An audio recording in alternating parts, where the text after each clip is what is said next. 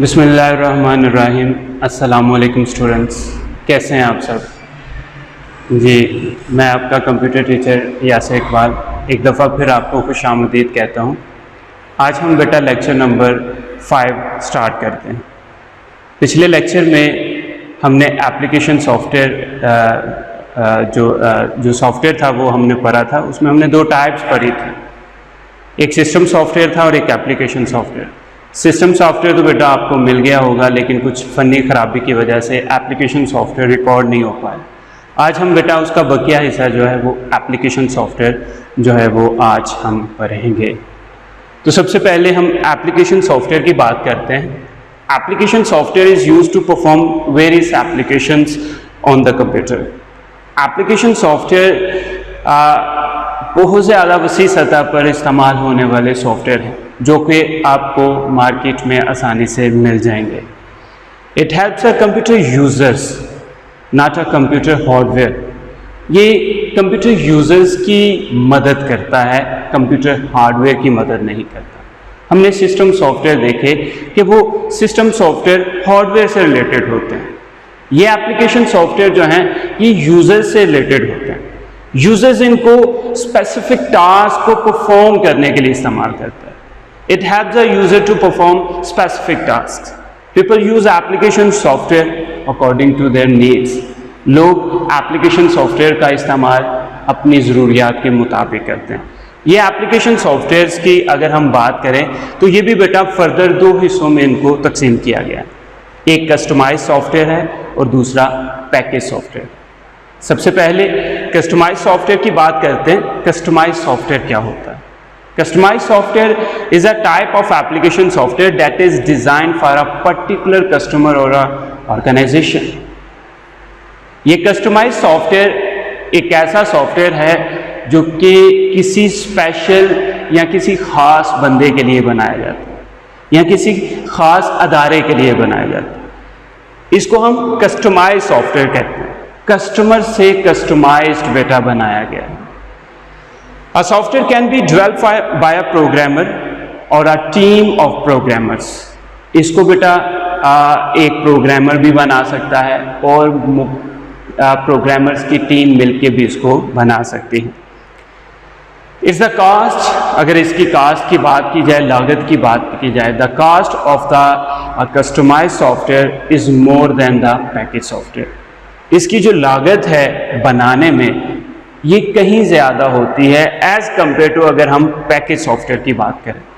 इसकी एग्जांपल की अगर हम लें तो एग्जांपल किसी यूनिवर्सिटी का software, it is developed for a university software is called a customize software, जो कि स्पेशल किसी यूनिवर्सिटी के लिए बनाया गया सॉफ्टवेयर कस्टमाइज सॉफ्टवेयर कहलाता है। उसको कोई और यूज़ नहीं कर पाएगा, वो सिर्फ और सिर्फ यूनिवर्सिटी उसको यूज़ करेगी। तो ऐसे सॉफ्टवेयर महंगे सॉफ्टवेयर कहलाते हैं, जिसको हम कहते हैं कस्टमाइज सॉफ्टवेयर।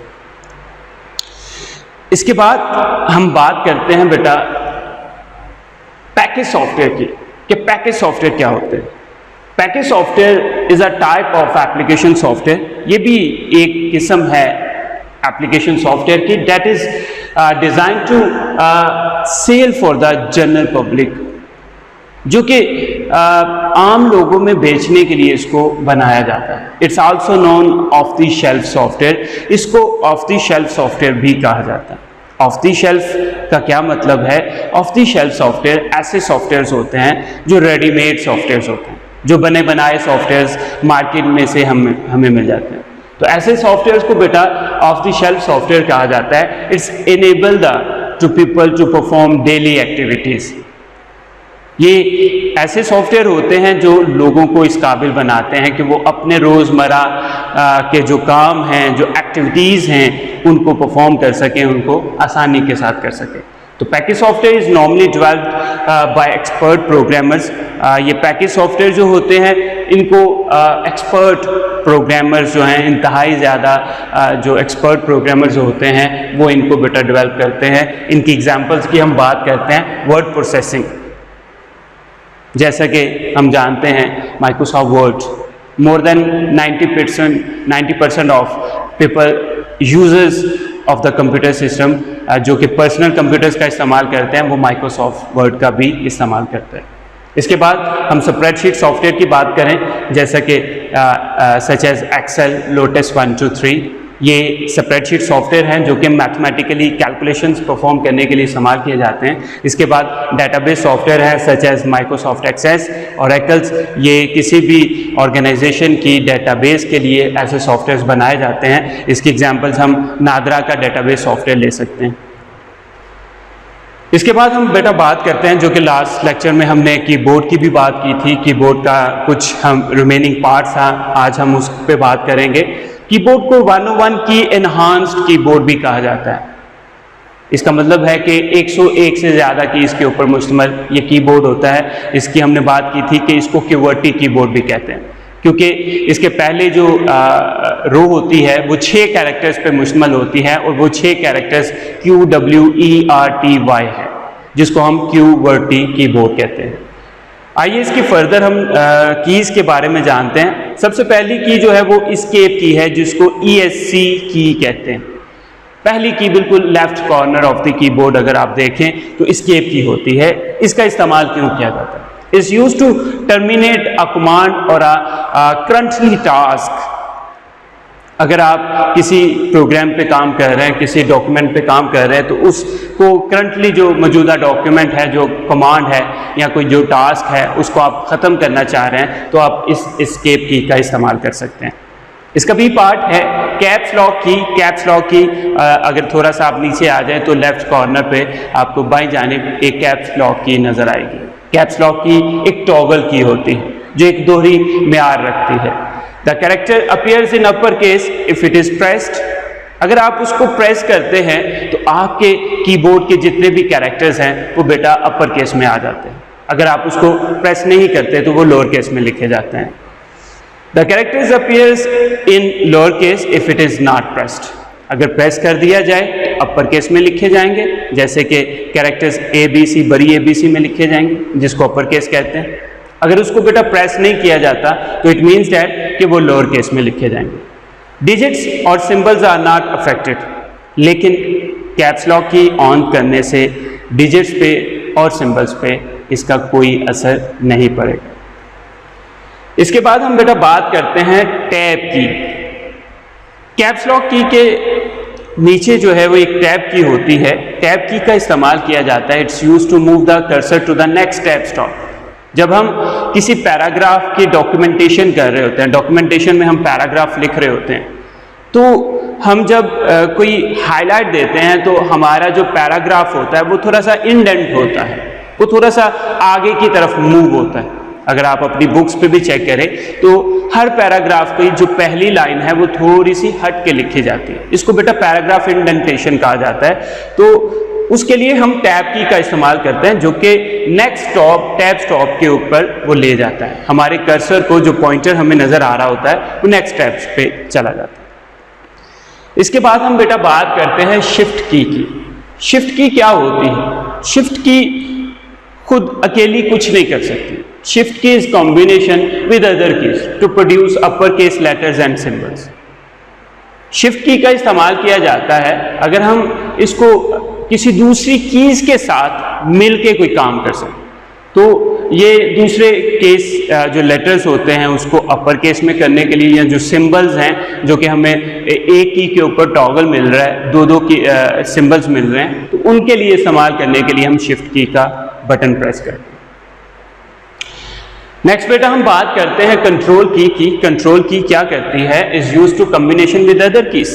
ये भी अकेली खुद कुछ नहीं कर सकती। कंट्रोल कीज भी दूसरी कीज के साथ मिलके कोई कमांड्स को एग्जीक्यूट करते हैं।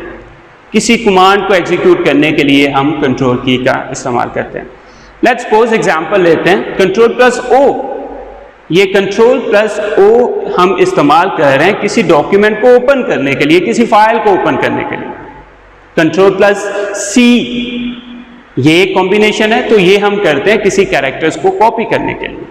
कंट्रोल प्लस वी अगर हम बात करें तो कॉपी किया हुआ जो कैरेक्टर्स, जो मवाद है, जो डाटा है, वो हम पेस्ट कर देते हैं। तो ये कंट्रोल की का इस्तेमाल किया जाता है दूसरी कीज के साथ मिलके, कॉम्बिनेशन बनाती है किसी कमांड्स को कंट्रोल करने के लिए।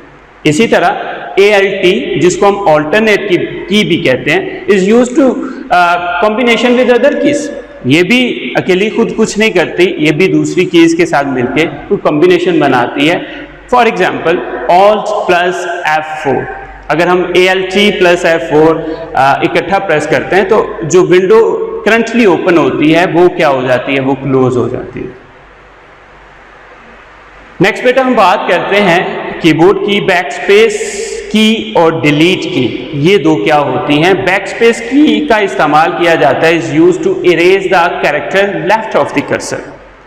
कर्सर के जो बाएं जानिब कैरेक्टर्स होते हैं, जब हम उसको रिमूव करना चाहें, इरेज करना चाहें, तो हम बैकस्पेस की का इस्तेमाल करते हैं। डिलीट की इसकी ऑल्टरनेट होती है। Delete key is used to erase the character of the left of the cursor. जो डिलीट की है उसका हम बेटा इस्तेमाल करते हैं कर्सर के दाएं जानिब कैरेक्टर्स को रिमूव करने के लिए। इसके साथ साथ हम किसी फाइल्स को भी डिलीट करने के लिए डिलीट का बटन प्रेस कर सकते हैं। इसके बाद बेटा हम बात करते हैं enter key. Enter key is used to move the cursor to the next line in the beginning of the paragraph. Enter key का इस्तेमाल किया जाता है, हमारा जो कर्सर होता है उसको नेक्स्ट लाइन पे ले जाने के लिए, नया पैराग्राफ स्टार्ट करने के लिए हम एंटर की का प्रेस करते हैं। हम किसी आइकॉन को भी ओपन करने के लिए एंटर की का सेलेक्ट करने के बाद एंटर की प्रेस करें तो हम उसका इस्तेमाल करते हैं। इसके बाद बेटा हम बात करते हैं न्यूमेरिक कीज। न्यूमेरिक कीज क्या होती हैं? Are located on the right side of the keyboard. ये न्यूमेरिक कीज जो हैं वो कीबोर्ड के बिल्कुल दाएं जानिब होती हैं। इसको दो मकसद के लिए बेटा इस्तेमाल किया जाता है। It's used to two purposes. If num lock key is on, एक आपको नम लॉक की स्टेटस नजर आएगा, वो न्यूमेरिक लॉक होता है। अगर बेटा वो ऑन होगा तो आप वो कीपैड का इस्तेमाल कर सकते हैं, अदरवाइज वो कीपैड यूज नहीं होगा। If num lock key is of, the numeric pads को आप जो हैं वो यूज नहीं कर सकते।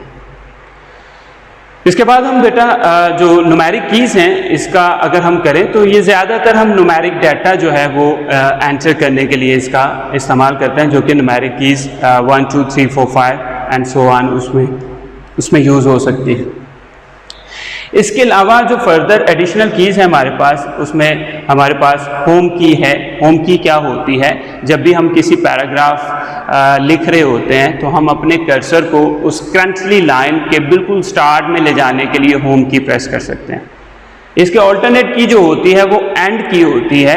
जब हमारा कर्सर बिल्कुल कहीं दरमियान में होता है या बिल्कुल कहीं स्टार्ट में होता है और हम कर्सर को बिल्कुल आखिर में ले जाना चाह रहे हैं तो हम एंड की का प्रेस कर सकते हैं।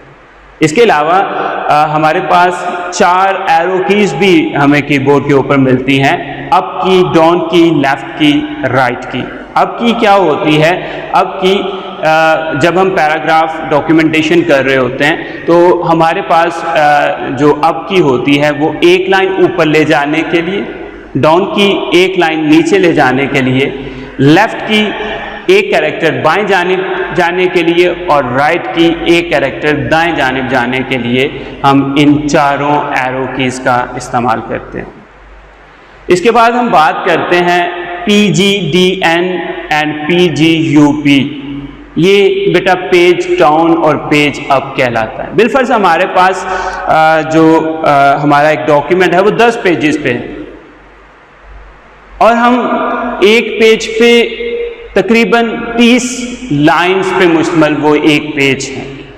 अगर हम पहली लाइन पे हैं और दूसरे पेज पे जाना चाह रहे हैं तो हम डाउन की को 30 टाइम्स प्रेस करेंगे, फिर हम दूसरे पेज पे आ सकेंगे, क्योंकि डाउन की सिर्फ एक लाइन बिलो आती है। दूसरे पेज पे जाने के लिए हमें 30 मरतबा जो है वो डाउन की प्रेस करना पड़ेगा। तो हम डायरेक्टली दूसरे पेज पे कैसे जाएं? तो उसके लिए हम PGDN का इस्तेमाल करें। पहले पेज पे हैं आप तो PGDN इस्तेमाल करें तो आप दूसरे पेज पे आ जाएंगे, मतलब 1 पेज डाउन।